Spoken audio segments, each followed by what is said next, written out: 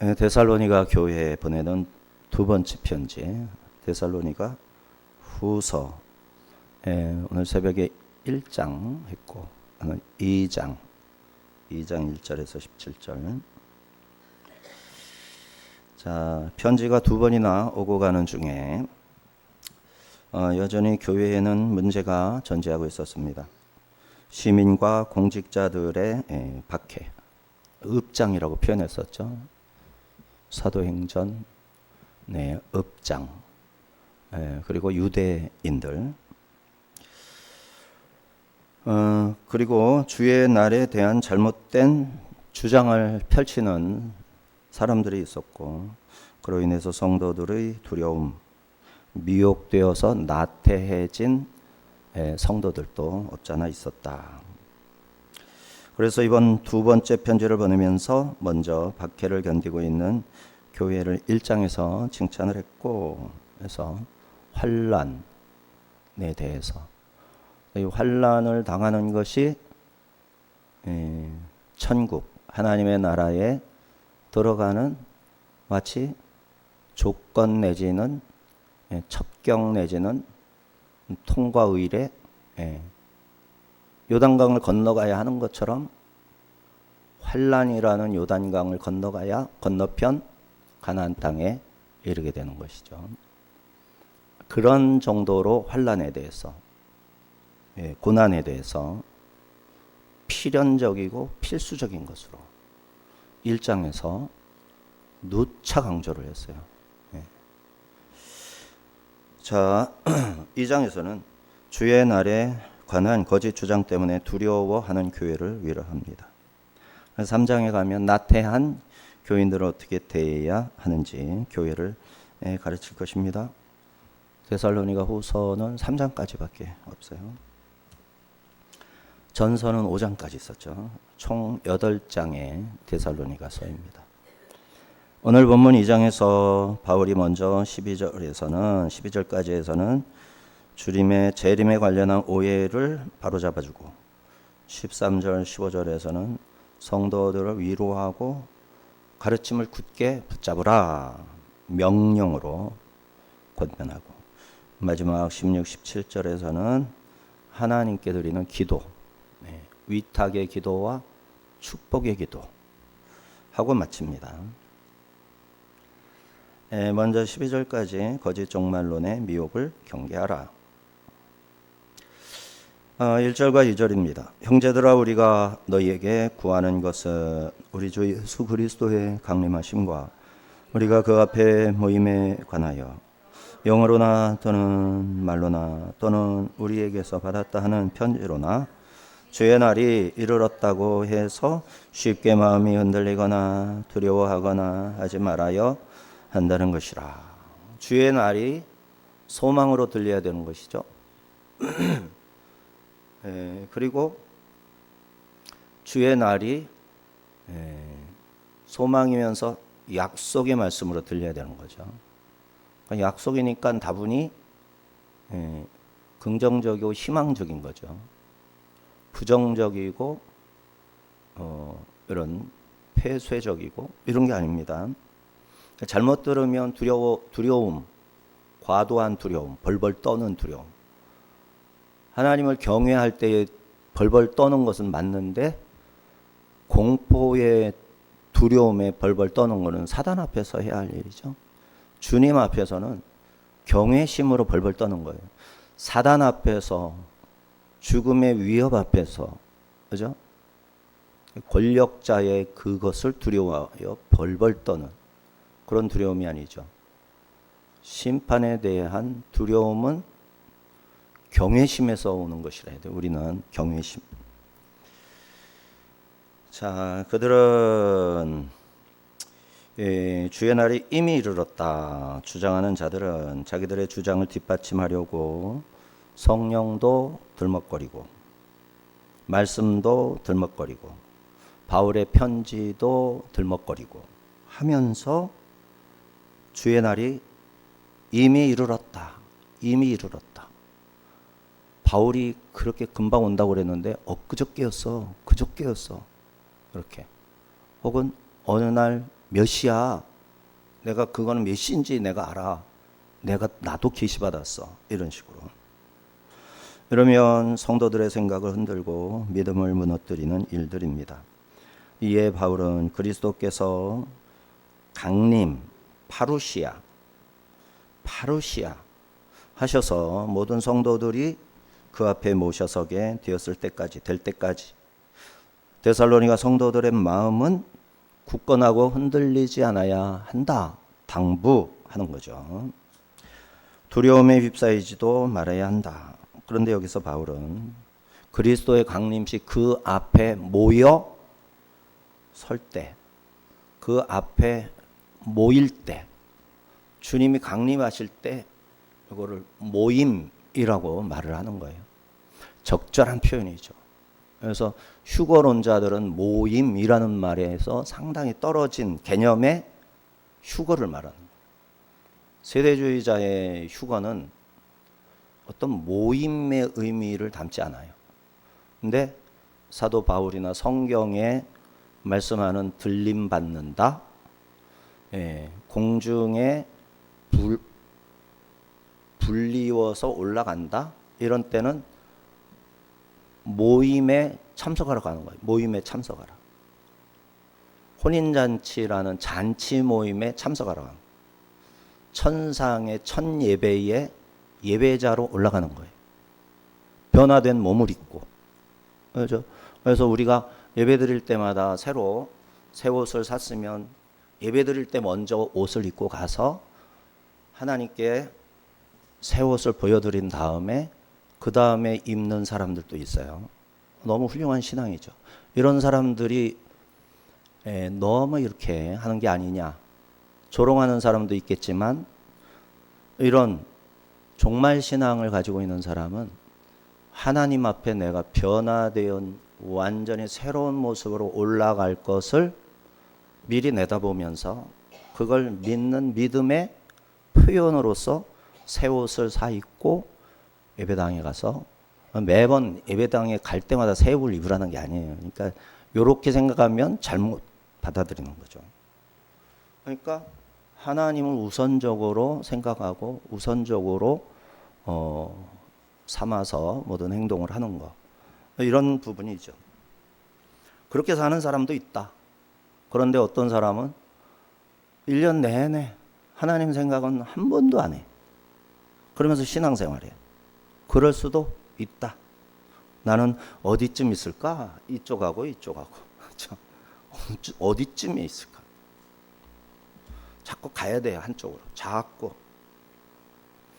하나님이 나의 모든 것 되시는 분으로 살아가는 쪽으로 자꾸 옮겨가야 돼요.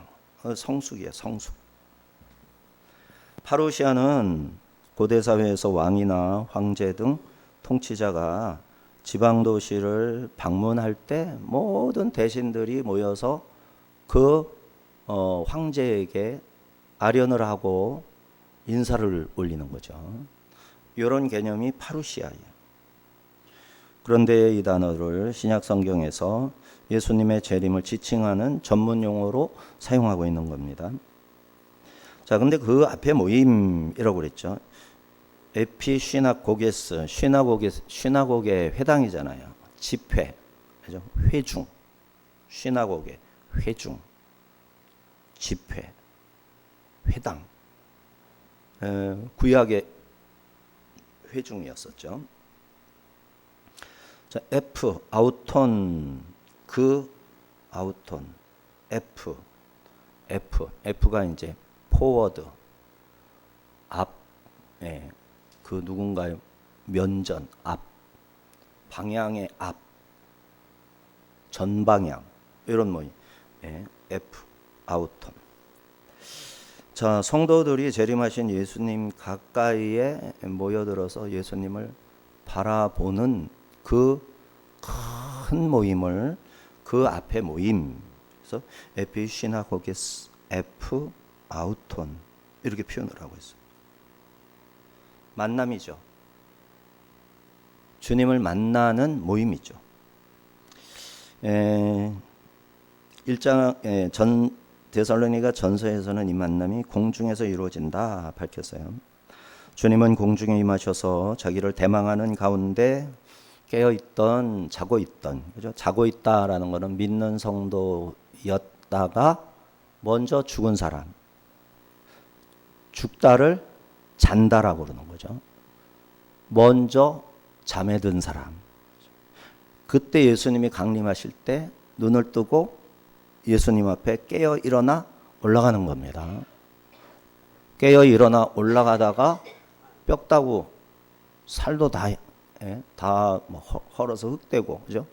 뼈도 많이 가루가 되고 큰 뼈들만 막 겨우겨우 남아있는 2000년 전에 돌아가신 양반들, 이런 사람들이 예수님 택함 받고 예수님을 믿다가 죽었는데 강림하실 때 자고 있던, 왜 잔다고 그러죠? 활동이 눈에 보이게 안 하니까. 몸은 누워 자는 거예요. 너무 오래 자니까 이게 다 헐어버리는 거예요. 구데기도 왔겠죠. 근데 영혼은 주님 품으로 올라가서 꿈꾸는 상태처럼. 우리 꿈속에서 죽어 있습니까? 꿈속에 있으면 내가 죽어 있는 꿈을 꿉니까? 그런 꿈은 없죠. 죽어 있는 꿈. 죽어 있는 꿈. 없어요, 그런 꿈. 뭐는 있을까요? 죽은 것을 보는 꿈은 있죠. 그때 나는 죽은 나를 보는 살아있는 나죠. 그죠? 죽어 있는 것을 보는 살아있는 나. 이 꿈 상태가 이럴 수도 있어요. 바로 그겁니다. 우리가 잠에 들면 우리의 영혼은 육체를 빠져나가서 이 영혼이 주님 품으로 쑥 가는 거예요. 그래서 잠자는 상태처럼 꿈을 꾸듯 살아있는 거예요. 활동도 하고 생각도 하고 예배도 드리고 하는데 뭐가 없어요? 몸이 없어요. 몸이 없어요. 꿈꾸는 상태로 계속 그러고 있는 거예요. 허망한가요? 아니죠. 영은 아주 활발하게 다이나믹하게 활동하고 살아 숨쉬는 거예요. 그 숨은 산소를 마시는 숨이 아니죠. 주님의 은혜로운 그 기운으로 생명을 유지하는 거죠. 이게 이제 천년왕국의 상태로 표현될 수가 있는 거죠. 자, 이렇게 올라가면서 변화까지 되는 거예요. 맞나요? 그때까지, 그러니까 잠이 들기 전까지 내가 살아있는 동안, 육체를 가지고 있는, 깨어있는 동안 깨어있는 자냐, 죽어있는 자냐. 깨어있는 자면 계속해서 잠이 들어도 깨어있는 나는 주님 품에 가서 꿈속에서 깨어있는 거예요. 꿈처럼 깨어있는 거예요. 계속해서. 지금 깨어있어야 돼요. 그래서 지금 깨어있는 자가 멸망당하지 않고 주님 품에서 꿈속의 내가 되어, 그렇죠? 육체는 없으나 활동적인 주님의 품 안에서 되는 거예요. 낙원이라고 그랬죠. 오른편 강도인지 왼편 강도인지 한편 강도라고 그랬죠. 그 강도에게 예수님이 뭐라고 그랬어요? 네가 오늘 나와 함께 어디에 있으리라? 어디에 있으리라? 예, 정신들 차리시고 답을 하세요. 답을. 낙원에 있으리라 그러면 됩니다. 어디에 있으리라? 좀 크게 보세요. 어떻게 지금 1시간 동안 어떻게 버틸라고 그래? 어디에 있으리라? 낙원에 있으리라. 그렇게 되는 게 좋겠어요.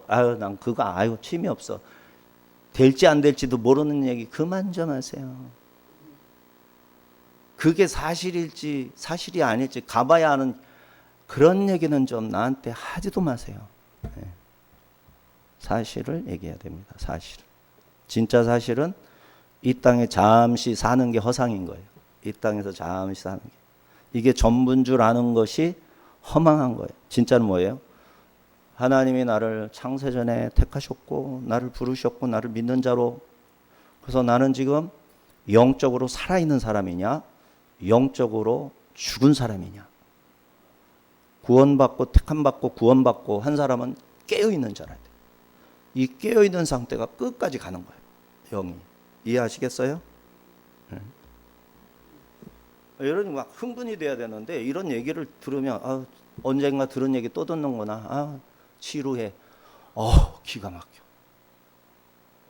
매일매일 듣고 10분 단위로 들어도 또 좋아서 헤헤 웃고 즐거워하고 기뻐하고 눈이 동그래지고, 이게 안 되는 게 진짜 이상해. 이게 안 되는 게 진짜 이상해. 이게 돼야 돼. 믿음이 없으면 안 되겠지. 믿으면 맞아. 이 믿음을 내가 정말 확실하게 가져야지. 이게 주님의 음성을 듣는 자의 올바른 태도입니다. 이게 무너지면 죽어가고 있는 거예요. 썩어가고 있는 거예요. 살았다 하나 살았다는 믿음은 있으나 죽은 거예요. 예. 요한계시록에서 그런 교회 있었죠. 예. 살았다는 있으나 죽은 교회 얼마나 많아요. 버가모 교회, 에베소 교회 첫사랑을 버렸죠. 도아디라 교회 살았다는 이름은 있는데 죽은 교회예요. 예? 죽은 교회. 진짜 죽어서 없어졌어. 우리가 그렇게 될까 겁 안 나요? 그런 건 두려워해야 된다. 예, 그래서 여기 짧은 인생 동안 믿음을 무너뜨리는, 또 그리스도의 구속을 무효화시키려 하는 사단의 역사, 성공할 리도 없는 일을 계속 하는 거예요. 사실은 이게 하나님이 사단에게 어쩌면 허락을 한 거잖아요. 허락을 한 거예요. 그래서 까부는 거죠. 까불른다고 그러죠. 그러니까 쭉정이를 바람에 까불러서 날려보내잖아요. 키질이라는 거 아십니까? 그걸 까불른다고 해요. 까불른다고. 키. 거기에 벼, 밀, 보리 이런 거 수확을 하면 쓸어 담아가지고 키질을 한다. 그걸 까불러. 키질을 하면 공중에 떠 있는 동안 바람이 불면 쭉정이는 날아가고 알맹이만 이렇게 도리깨로 먼저 두드렸죠. 이렇게 한단 말이에요. 이게 까부르는 거, 키질하는 거. 우리 인생이 그래요. 우리 인생 살아있는 동안 지금 남아있는 거 저 같은 경우 몇 년쯤 남아있을까? 한 10년은 더 살겠죠. 더 살 수도 있고, 한 30년을 더 살 수도 있고, 그렇죠? 그래봤자 우리 어머니를 이겨먹을 수는 없죠. 우리 어머니가 30년 더 사시면은 120 몇 살. 그때까지 계속 우리를 뭐 하는 거예요? 까부르는 거예요. 지금 우리가 까부르는 거예요. 쭉정이 같은 것이 다 빠져나가는 거예요. 이거 빨리빨리 그냥 까불러서 알맹이만 딱 나오면 얼마나 좋냐. 그걸 계속 해야 돼요. 교회 안에 미혹하는 자들을 분별해 내야 됩니다. 교회가 흔들려도 한국 교회가 많이 흔들리죠. 진짜 가짜를 분별하는 거예요.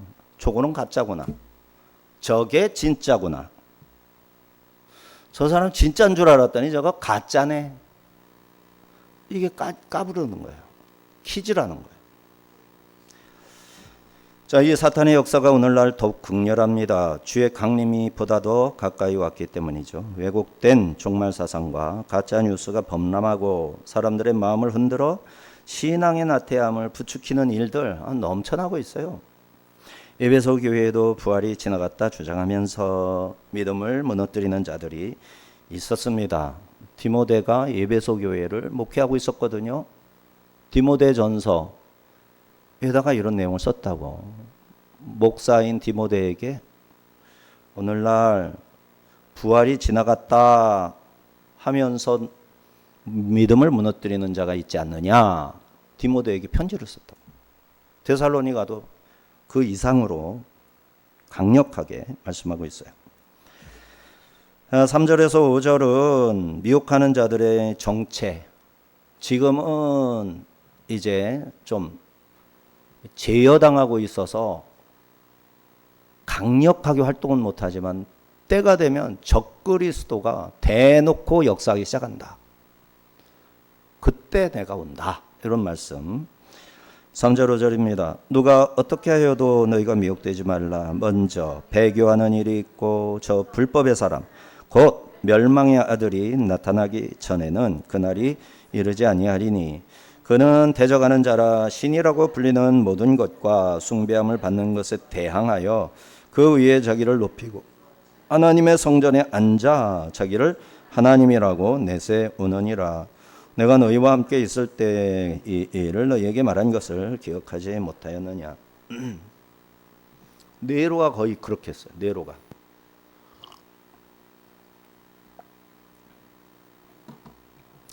또 에피파네스 그 기원전 168년경에 있었던 마카비 혁명 당시에 시리아의 왕, 시리아의 통치자였던 그 에피파네스가 있었죠. 4세. 이 사람도 자기가 신이다 그랬어요. 신이다. 신의 현현. 에피파네스가 신의 현현이다. 내가 현현한 신이다. 이렇게 주장을 했어요. 그리고 지금 이 당시는 네로 전입니다. 50년, 51년경은 네로 시대가 아니죠. 이때도 이제 그렇게 지목이 되는 황제가 서서히 두각을 나타낼 그런 가능성이 있었어요. 성도들이 볼 때는 그렇게 생각할 정도로 강력한 적그리스도가 가시적으로 나타나요. 지금도 적그리스도가 가시적으로 나타났던 게 스탈린, 그죠? 또 중국의 마오쩌둥, 거의 적그리스도예요. 그 다음에 북한의 김일성, 교회를 불태우고 신앙인들을 다 죽여버려요. 숙청이라는 이유로. 돌을 던져 죽이고 불태워서 죽이고 산채로 묻어버리고 너무 많으니까 죽이는 것도 힘들어. 그러냐. 다 땅을 자기가 들어갈 땅을 다 파는 거야. 다 파놓으면 그 속에 들어가. 그럼 다음 조가 와서 그걸 다 묻은 다음에 또 내가 들어갈 자리를 다 파는 거야. 다 파. 그러면 다음 조가 기다리고 있다가 거기 가서 있는 사람들, 깊은 구덩이에 있는 사람이 흙을 덮어 묻어 산채로 이렇게 죽였어요. 이게 사람입니까 이게? 네? 이런 일을 눈 깜짝 안 하고 할 수 있는 사람들이 있어요. 오늘날에도. 네. 막 지금 우크라이나의 전쟁을 시작한 누구죠? 푸틴 같은 사람, 가능성이 있는 사람이죠. 그 다음에 이 2억 명이나 예측이 되던 중국의 기독교가 단 몇 주 만에 싹 없어졌어요. 단 몇 달 안에 싹 교회가 싹 없어졌어. 시진핑 싹 없어졌어. 어떻게 했을까? 감옥에 가두고 죽이고 불 지르고 도망해서 숨어 지내게 하고 전부 위협해서 전향 배교시키고 싹 없앴어. 우리는 별로 모르잖아요. 근데 중국의 그리스도인들에게는 현실이에요. 지금의 현실이에요. 지금 현재의 상황이. 그런 시진핑이 똥구멍을 긁어주겠다고 그 사람을 보내는 게 우리나라에 있어. 이놈이 또 그럴 수 있는 사람이야. 충분히 그러고도 남는 자야. 만나죠. 죄도 묻지 않고 법을 바꿔가면서 법으로 정죄를 해가지고 깜빵에 가둬버리는 거야. 그런데 큰 집에 갔다가 깜짝 놀래가지고 놀래 자빠져가지고 겨우 살아서 기어들어왔죠. 와, 그 나팔수 역할을 하던 MBC, KBS 또 이런 그야말로 방송들 레거시 기존에 이런 방송들이 지금 미국에 대해서 함부로 말도 못하고 죽으려고 그래요. 여지까지 떠들다가 마음대로 떠들다가 살살 떠드는데 그래도 아직도 멀었죠. 이것들이 아직도 멀었어요. 우리나라 현실이에요 지금. 그런데 이런 걸 보면 센 놈이 나타나면 그게 뭐가 되는 거예요? 666 짐승, 그죠? 여기에 나오는 대적하는 자, 그죠? 불법의 사람, 멸망의 아들 되는 거죠. 근데 그 존재를 예표할 만한 존재들, 예비적 존재들이 계속 있는 거예요. 그것이 발전해서 커지면 시진핑 이상이고 모택동 이상이고 스탈린 이상이고 히틀러 이상이고, 그죠? 그야말로 이런 황제들, 네로 이런 황제들 이상의, 그야말로 로마 교황 이상의 수백만 수천만 유럽 인구의 3분의 2를 다 살육해서 죽인 장본인이 로마 교황이에요. 기독교 신자. 성경을 읽어야 되겠다 하는 신자들을 다 죽여버렸다. 전쟁이 일어났죠. 30년 전쟁. 역사예요, 역사. 역사의 본질을 읽을 줄 알아야 돼요. 이런 자들이 나타나는 거예요.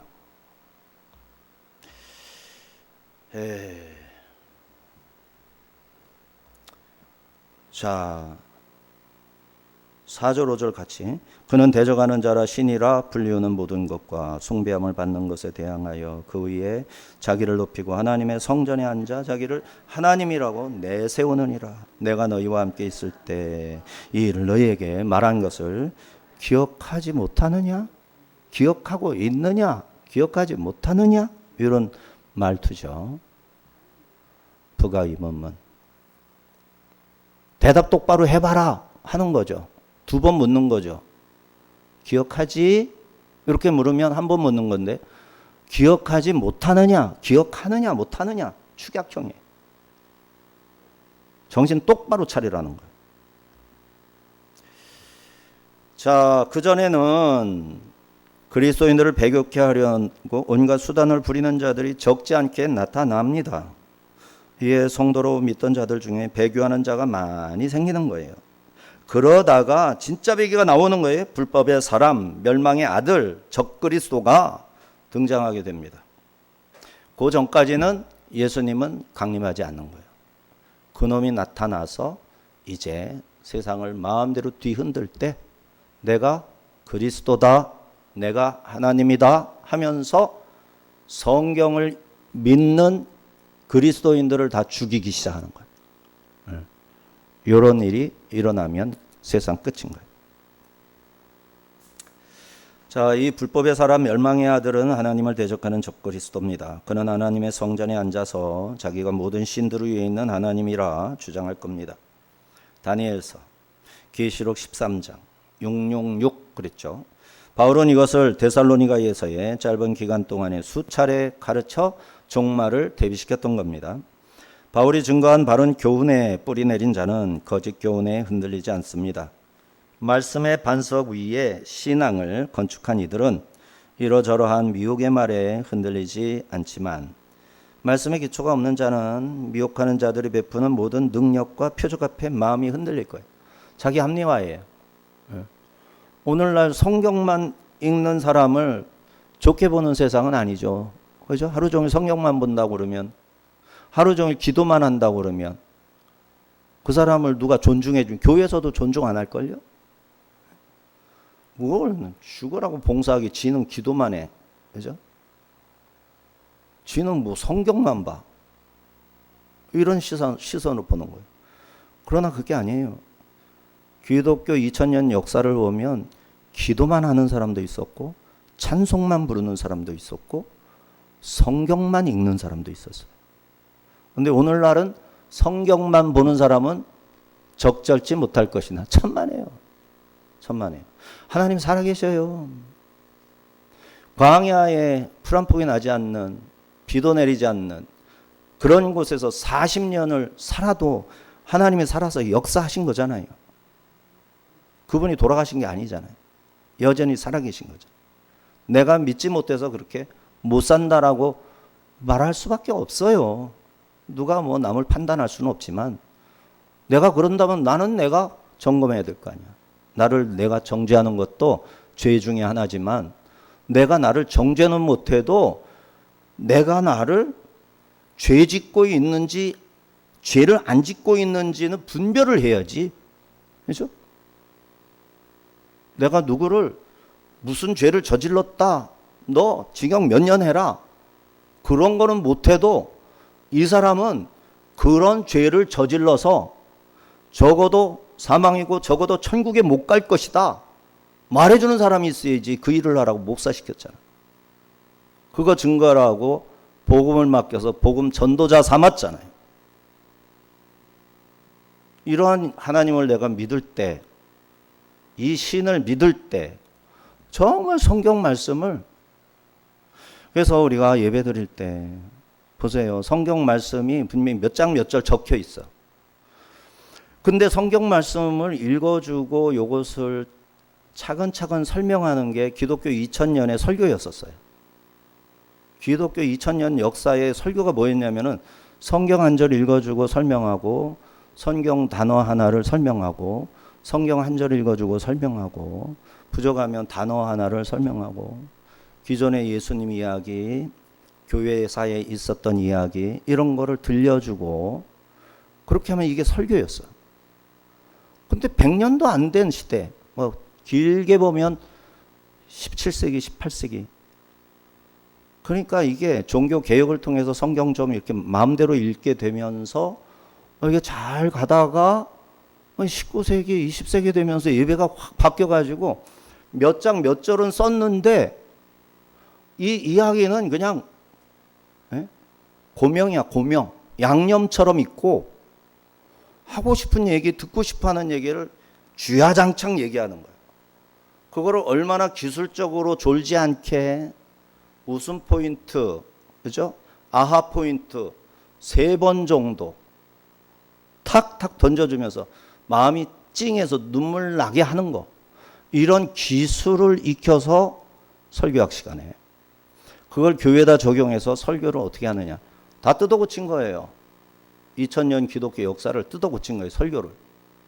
그걸 설교라고 하는 거예요. 지금. 은혜롭다고 하는 거예요.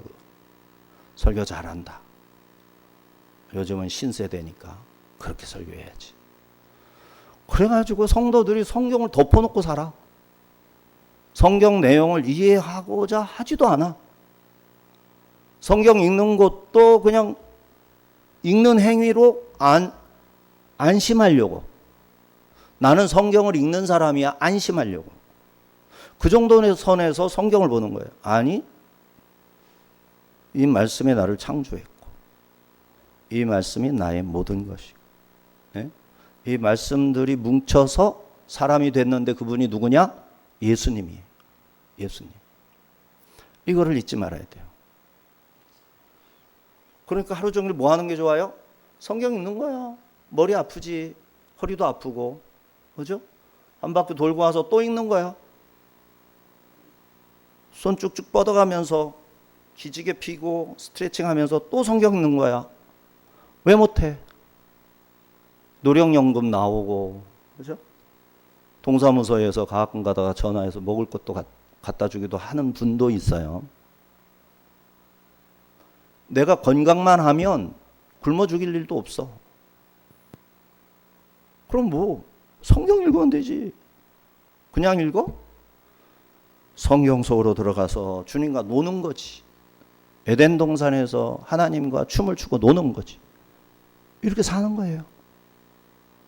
이게 신앙생활에 아주 별종들이나 하는 게 아니라 말씀의 종교인 기독교 신앙의 표준이 표준. 근데 현실적으로 그렇게 사나? 언제 적용할 건데? 말씀을 읽었으면 그 말씀을 어디다 적용할 건데? 내 가족한테, 내 이웃에게, 내가 아는 사람에게, 나를 필요로 하는 회사에 가서 하나님의 말씀을 들려주고 하나님의 말씀이 내 행동으로 표현이 되도록 내가 살아가는 거. 이게 고급진 삶이에요. 이게 그리스도인의 삶. 하나님의 말씀을 잘 듣고 그대로 살아가는 거. 하세요. 제발. 해보세요. 그런 생활을 하다가 예수님 오실 때 예수님 그래 보라고 좀. 얼마나 좋냐고. 뭘 그렇게 쫓아다니고 어떻게 될까봐 겁을 내고 환난을 당해야 천국에 들어가는 입장권을 얻는다라는 말씀, 이런 강력한 표현들이 얼마나 많은데 6절 10절은 지금은 적그리스도의 나타남을 막는 자의 활동이 있다 그래요. 비밀리에 불법의 활동이 있으나 후에는 적그리스도가 나타날 것이고 이에 주님께서 강림하셔서 적그리스도에 대한 심판이 있을 것이다. 6절 7절 너희는 지금 그로 하여금 그의 때에 나타나게 하려 하여 막는 것이 있는 것을 아나니 불법의 비밀이 이미 활동하였으나 지금은 그것을 막는 자가 있어 그 중에서 옮겨질 때까지 아리라. 막는 자가 있어서 비밀리에 활동하고 있다. 근데 활동은 하긴 해요. 비밀스럽게 활동을 해. 지금 대놓고 잘 안 하죠. 대놓고 잘 안 해. 근데 하기는 해요. 적그리스도적으로 교회를 대적하고 하고 있어요. 그러나 막는 자가 있어요. 막는 자. 트럼프 같은 경우가 막는 자라고 본다면 너무 현실적으로 적용한 말일 수도 있지만은 뭔가가 막는 자예요. 로마 시대에 막는 자가 있어요. 로마의 공권력 속의 요소에 그리스도인들을 돕는 자들이 곳곳에 있었어요. 근데 아포칼립소라는 요한계시록 영화가 있어요. 그 영화에 보면 사도 요한이 이제 그 반모섬에 유배를 가는 것도 죽음에서 건져줬기 때문에 유배를 가거든요. 그 다음에 유배를 가서 있을 때도 거기에서 이제 탄광이 아니라 그 금광 같은 뭔가 캐내는 거예요. 거기 광산 노동자들에게 전도하고 또 기도하고 요한계시록을 쓰고 할 때 그때 그것을 돕는 자들이 있었어요. 곳곳에 막는 자가 있어요. 사단이 역사에서 믿는 자들을 죽이려고 하는데 그것을 막는 자가 있어요. 아가페 교회도 막는 자가 있어서 지금 무사한 거예요. 보세요. 지금 시진핑 운운하고 이러면 끌려가서 어떻게 죽는지 모르고 죽어요. 벌써 우리 교회가 500명, 1000명쯤 된다면 모가지가 날아갈 거예요. 어디론지 끌려가서 사라져 버릴 거라고. 그런데 막는 자가 있어. 막는 자. 그 아주 가차없이 잔인하게 활동을 막아서는 특별한 존재가 있어서 그 막는 자가 없어질 때까지 이는 비밀리에 활동하는 거예요. 그러나 이 막는 자의 활동이 종료가 되면 비밀리에 활동하는 것이 공개적이 되면서 누가 나타나는 거예요? 적그리스도, 짐승이 나타나는 거예요. 우리가 살아있는 동안 이걸 경험을 하는 거예요. 이제 물리적으로 역사적으로 현실에 나타날 수도 있고 그 다음에 우리의 삶 속에서 우리 속에 막는 자가 있어서 암세포가 조절되고 있는 거예요. 막는 자가 있어서 이 뇌 속에 있는 뇌암 뭐 있잖아요. 이런 것들을 막아주는 자가 있는 거예요. 그런데 어느 순간 이거를 막아주는 기능 면역이죠. 면역 기능이 딱 사라지는 순간 뭐가 나타나는 거예요? 적그리스도 역사를 뒤집어 엎을 내 속에 비슷한 현상이 일어나는 거예요. 내 병이 드디어 활기를 치기 시작하는 거예요. 나는 면역력이 전혀 없어. 상실해버렸어. 덮쳐버리는 거예요. 이게 개인적으로 이 말씀이 성취되는 거예요. 그때 나는 믿는 자면은 바로 잠드는 거예요. 잠이 들어서 천국에 가는 거예요. 하나님 나라 가는 거예요. 인생이 그래요. 지구 역사가 그렇고요. 나라마다 민족마다의 역사를 보면 다 그런 현상이 다 반복되고 있어요. 그러니까 성경 말씀을 보면 똑같네. 똑같네. 성경에 나오는 나라, 민족이 그렇고 역사가 그렇고 하나님이 계획하신 지구 역사 시작과 끝에 종말 역사에 이런 현상이 있다.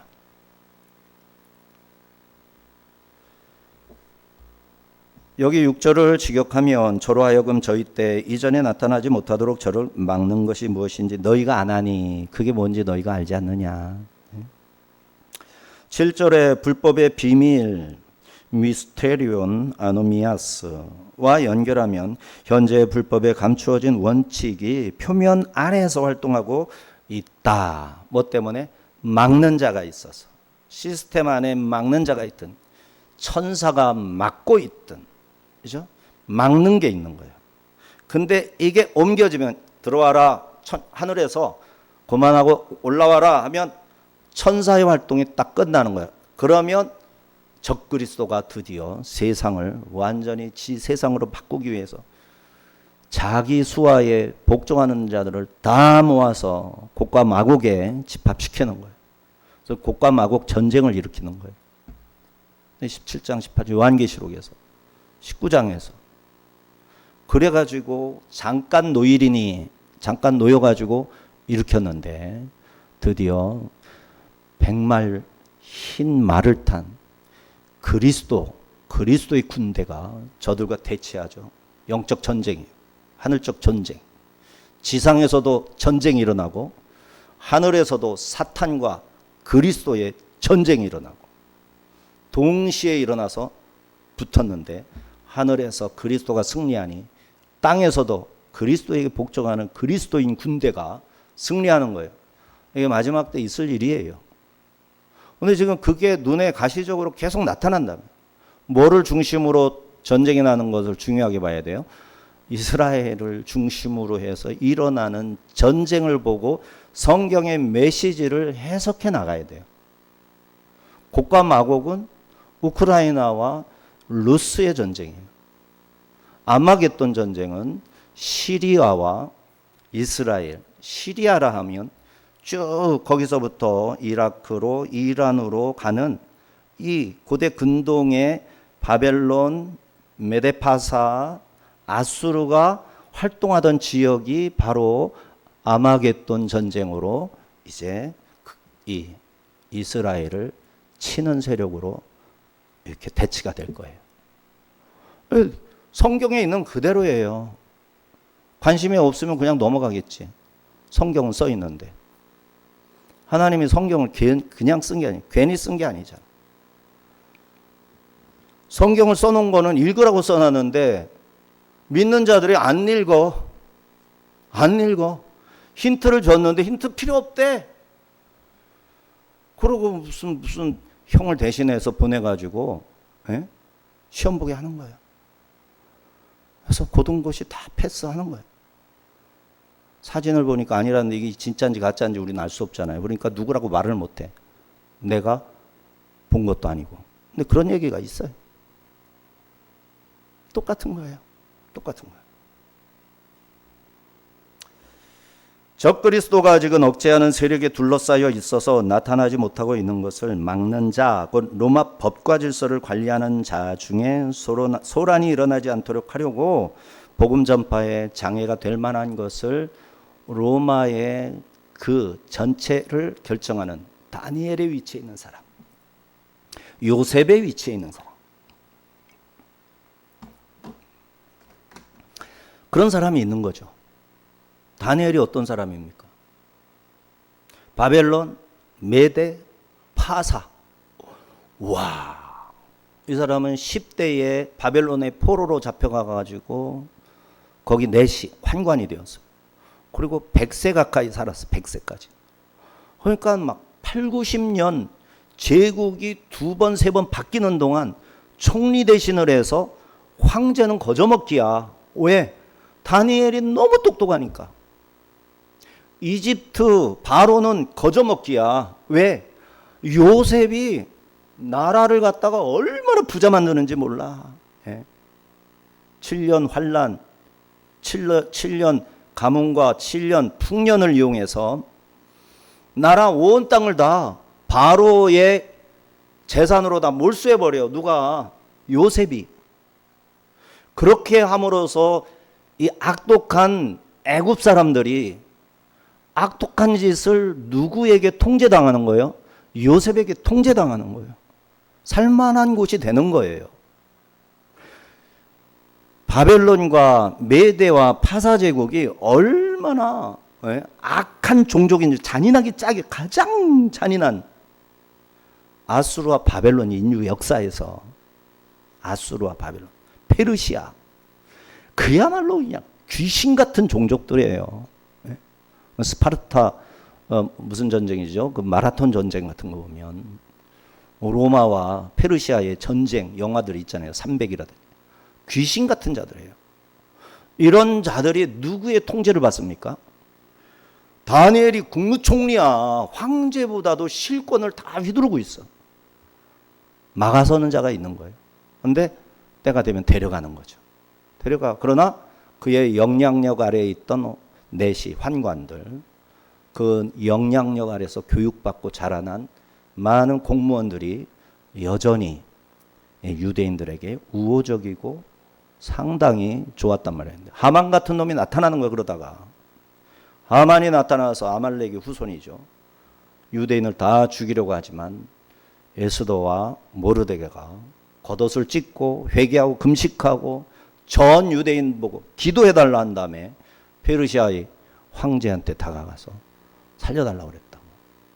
다니엘은 죽은 지 벌써 수십 년이 지났어. 그렇지만 그 뒤에도 에스더 같은 사람, 모르드게 같은 사람들이 신앙의 코어 역할을 해준 거예요. 우리나라도 그래요. 혜성처럼 나타나서 하나님의 일을 할 사람들이 있는 거예요. 이걸 우리가 믿는 거예요. 이러한 비유로 바울은 세속 집권자들을 존경하고 그들에게 복종하며 세금을 바치는 것이 당연하다 말하기도 합니다. 바울이 편지를 써서 보낼 당시까지 바울에게 로마 제국은 복음 전파에 도움을 주면 도움을 줬지 막아서지는 않았었어요. 나중에는 로마가 바울도 죽이고 베드로도 죽이게 되지만 그 이전에는 로마의 도움으로, 로마의 공정한 재판, 공권력의 도움으로 더 활동적으로 복음을 전파할 수가 있었어요. 데살로니가후서 2장 8절 10절. 그때에 불법한 자가 나타나리니 주 예수께서 그 입의 기운으로 그를 죽이시고 강림하여 나타나심으로 패하시리라. 악한 자의 나타남은 사탄의 활동을 따라 모든 능력과 표적과 거짓 기적과 불의의 모든 속임으로 멸망하는 자들에게 있으리니 이는 그들이 진리의 사랑을 받지 아니하여 구원함을 받지 못함이라. 카이토테. 그리고 그때 불법한 자가 나타나리니. 그래서 이제 옮겨진 거예요. 누가 옮겨졌다고 그랬죠? 막는 자가 옮겨진 거예요. 막는 자, 통제하고 제어하던 자가 옮겨져 불름받고 가버렸어요. 그러자 이제 불법한 자가 나타나기 시작했어요. 그는 불법의 사람, 멸망의 아들, 대적하는 자, 곧 적그리스도가 출현해서 본격적으로 그 모습을 드러내게 될 것이다. 바울이 편지로 데살로니가 성도들에게 가르쳐주고 있어요. 우리도 지금 바울의 메시지, 주님의 메시지로 오늘 선포되는 설교를 통해, 오늘 본문으로 채택된 데살로니가 후서 2서를 통해, 후서를 통해 2장을 통해서 지금 우리가 이 말씀을 듣는 거예요. 그러자 은밀한 차원이 아니라 이제는 공개적으로 자기를 높이고 하나님의 성전에 앉아 내가 하나님이다 활개치게 될 겁니다. 그러나 이 불법한 자는 오래 활동하지 못하죠. 그래서 이런 내용이 요한계시록에서 아주 3D, 입체적으로 묵시문학이라는 문학적 방법으로, 그죠? 문학 장르잖아요, 묵시문학이. 그걸로 요한계시록이 기록된 거예요. 그러면 맥락은 똑같단 말이에요. 바울의 묵시에 해당하는 거예요. 근데 바울은 사실적 묘사고 압축적 묘사고, 요한은 그것을 비유라는 방식으로 자세히 묘사를 하고 있어요. 전쟁이라는 비유, 아마겟돈, 그 다음에 곡과 마곡 전쟁, 그죠? 불못, 이런 게 다 비유이면서도 실제로 있을 일로. 그래서 이게 비유의 방식에 속하는가 실제 있을 일에 대한 문자적 묘사인가 이런 거를 자세히 보면서 읽어내야 돼요. 요거를 분별 안 하고 읽으면 이게 사실은 비유로 하는 말인데 그게 문자적으로 이루어질 것처럼 생각하면 이게 혼란에 빠지게 되는 거예요. 그래서 시한부 종말론자들처럼. 그러나 이것이 문자적으로는 비유의 형태로 묵시 문학적 입장에서 기록한 것이고 실제적인 내용은 어디로 가면 나와요? 요한에게서도 찾아낼 수 있지만 바울 속에서 찾아낼 수 있고 마태복음 24, 25, 26, 27장에서 찾아낼 수 있고 누가복음 21, 22, 23장에서 찾아낼 수 있고 마가복음 13장에서 찾아낼 수 있고. 그래서 요거를 다른 얘기가 아니에요. 같은 내용인데 묵시 문학의 장르로 표현되면 요한계시록 1장부터 22장까지 큰 분량으로 장엄한 서사의 노래로 딱 선포되는 거예요. 얼마나 우리에게 도움이 되는지 몰라요. 신앙이 막 살아나는 거예요. 비판적으로 보는 사람들은 뭐야 이거? 이 묵시문학이라며, 문학 장르라며, 문학적으로 읽어야지. 야 생생하다. 야 이 그림을 갖다가 애니메이션으로 해가지고 3D로 제작을 하면 진짜 끝내주겠다. 이런 입장에서만 접근을 하는 거죠. 아니에요. 실제로 있을 일에 대한 생생한 묘사로 우리가 읽어내야 됩니다.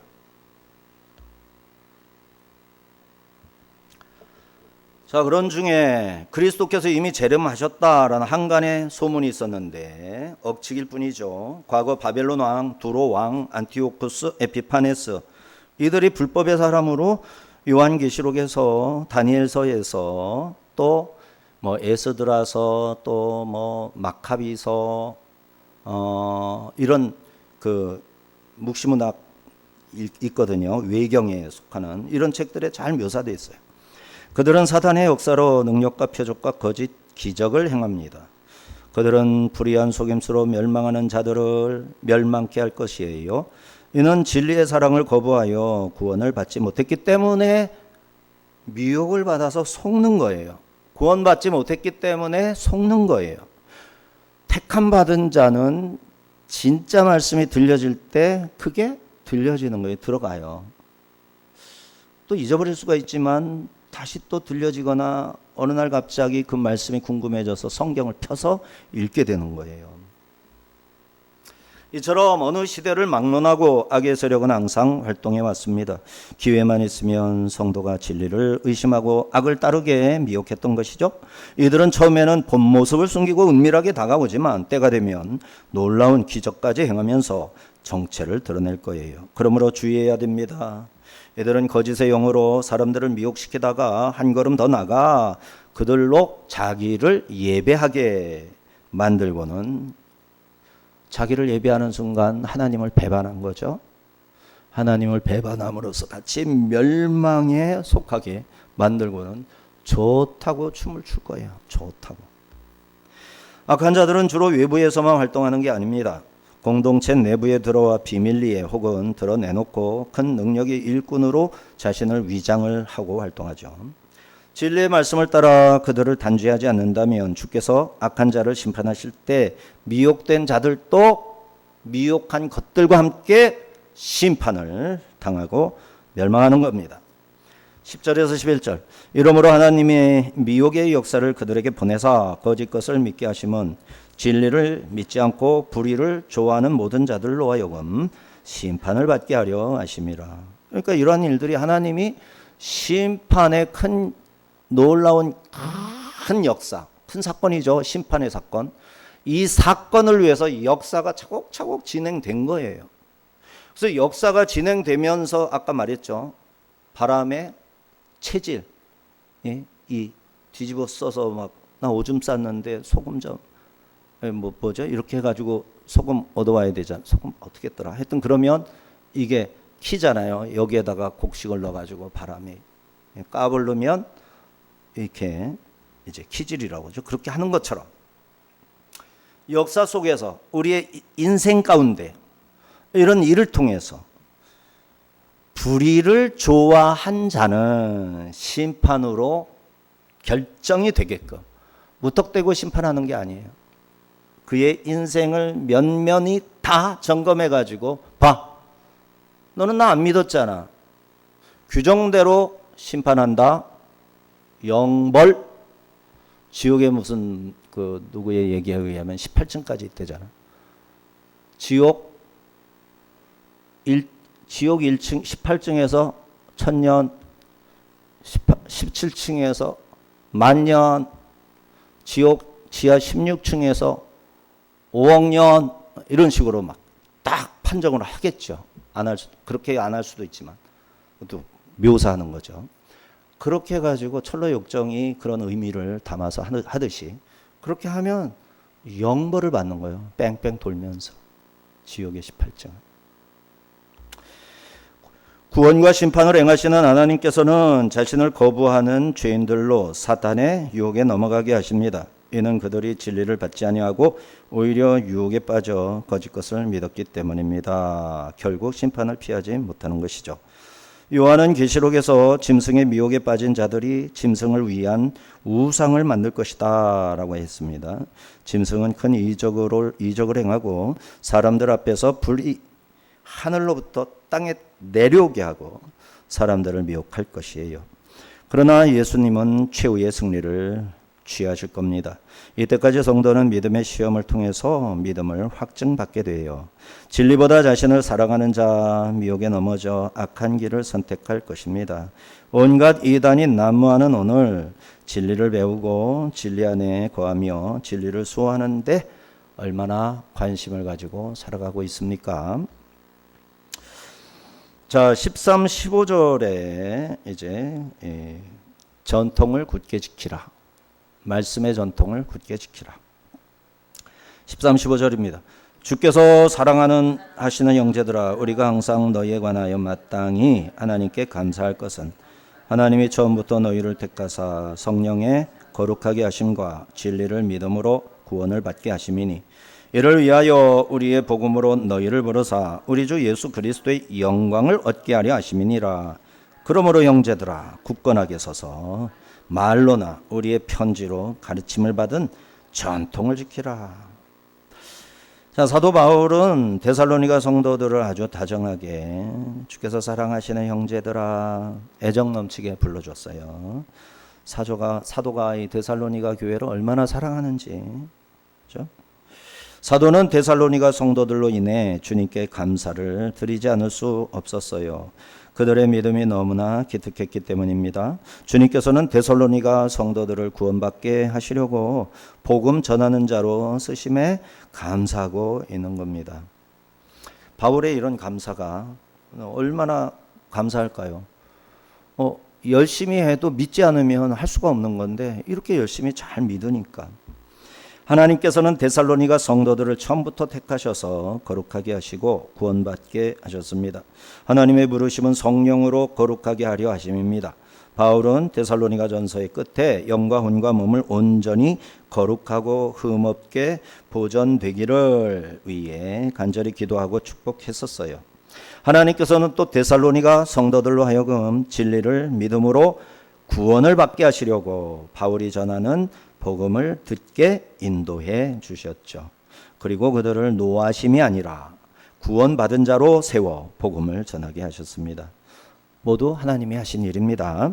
이처럼 하나님께서는 지으신 자들 중에 택하셔서 때가 되어 부르시고 그들을 의롭다 하시고 영화롭게 하십니다. 이처럼 구원의 모든 과정은 전적인 하나님의 은혜로 진행됩니다. 그래서 바울은 데살로니가 성도가 어떠한 미혹에도 넘어지지 않을 것이다 확신을 했어요. 구원이 사람의 노력에 달려 있다면 구원을 잃어버릴 수도 있겠죠. 그러나 전적으로 하나님의 선물이라면 하나님이 준 선물을 누가 강제로 빼앗지는 않죠. 내가 내주면 혹시 모를까. 그러니까 나는 내주지 말아야 돼. 끝까지 하나님의 선물인 구원을 붙잡아야 돼. 누가 뺏어가려고 그러면 안 돼. 그러는 거예요. 그래도 뺏기지 말 거를 뺏기지 않으려고 단단히 붙잡고 있어야 돼. 우리의 투표권. 예? 나라의 주권이 국민에게 있다. 나에게 대한민국의 주권이 있다. 내 주권을 누군가에게 양도하겠다. 투표를 하는 거야. 마음에 안 들면 문제 삼겠다. 내가 너를 찍었다. 딱 하는 거예요. 근데 그 표를 누가 도둑질해 갔어. 훔쳐갔어. 내버려 두면 안 됩니다. 반드시 밝혀내야 됩니다. 자, 그 누구도 하나님의 선물을 빼앗지 못하게 해야 됩니다. 택하시고 정하게 하시며 믿게 하신 것 모두가 하나님이 하신 일이므로 누구도 이를 빼앗지 못할 거예요. 따라서 우리들의 구원의 확실성은 우리 마음의 주관적 확신 때문이 아니라 하나님이 행하신 객관적 행위와 약속 때문에 진리는 몇몇 교사들의 가르침으로 왜곡될 수 없고 바뀔 수가 없는 거예요. 그러므로 진리의 증인되기를 무서워할 필요도 없고 도망칠 필요도 없고 그래서는 안 되는 거죠. 사탄이 이를 노리고 공격할 때 지면 안 됩니다. 그런데 바울의 편지와 말 대적자들에게 성도를 미혹하는 도구가 되기도 했습니다. 자의적으로 곡해해서 성도들이 바울을 오해하도록 했던 것이죠. 하지만 바울은 자신의 말과 편지가 오해되고 있음에도 물러서지 않습니다. 너희는 오해하느냐? 오해? 네가 미혹받아서 오해하는 거야. 나는 진리의 말씀 그대로 계속해서 전할 거야. 이게 바울의 태도예요. 이런 목회자를 만난 사람이 복된 사람이에요. 오히려 바울은 그것으로 데살로니가 교회의 전통으로 삼으라 격려합니다. 예를 들어 구원파 이단 때문에 구원을 전하지 않는 일이 있으면 안 되죠. 신천지가 비유풀이 한다고 해서 예수님의 비유 설교를 아예 듣지도 않아. 이런 일이 생기면 돼요, 안 돼요? 안 되는 거예요. 내가 제대로 된 성경 속의 비유 오리지널을 배워서 진짜 배기를 알아야 저 가짜 배기 신천지가 아무리 돈이 많고 아무리 공부 많이 하고 아무리 똑똑한 것이 신천지에 있어도 그거 따라가면 안 되지. 저도 내가 굉장히 존경하는 친구가 거기에 따라가는 거 보고 너무 가슴이 아픈데 어떻게 할 수가 없어요. 너무 진실하고 너무 지혜롭고 공부도 잘하고 너무 똑똑하고 그래서 그 친구를 따라서 그 친구 다니는 교회도 가고 그랬었는데 어느 날 그 교회는 잘못된 목회자가 와서 이단의 그걸 가르치는 바람에 장로님이랑 권사님이랑 영적으로 그냥 방황을 하다가 신천지에 들어가서는 거기에서 빠져나오지를 못하시더라고요. 너무 안타까워. 교회에 문제 있는 자가 있는 거예요. 그래서 사단의 역사가 교회 바깥에 있으면 대적해서 이겨내면 되지. 교회 안에 있는 거예요. 그거를 분별하는 기준이 성경인 거예요. 이 기준으로 교회 안에서 활동하는 사탄의 종들을 분별해서 이거를 지켜내야 돼요. 내가 교회를 지키는 사람이에요. 성도로 끌려다니는 사람이 아니라 내가 부름받고 구원받았으니 교회에서 신앙생활을 하면서 하나님의 말씀을 기준으로 캐논으로 삼아서 가짜 배기를 분리해서 쫓아내는 지켜내는 역할을 해야 되는 사람이라고. 이거를 포기하는 순간 넘어가는 거예요. 왜? 교회가 그렇게 한 것으로 보이거든. 아니 예를 들어 가지고 지금 우리나라의 세습 문제를 계속 공격을 하잖아요. 세습하는 거 이 시대의 해석으로 보면 뭐 그렇게까지 하나 반대하게 말할 수도 있지만 저희 파렴치한 것들 그렇게 볼 수 있거든요. 교회 안에서도 그렇게 사회적으로 문제가 된다는 걸 알면서도 여전히 세습을 합법화시키려고 애를 쓰고 있는 사람들이 있거든요.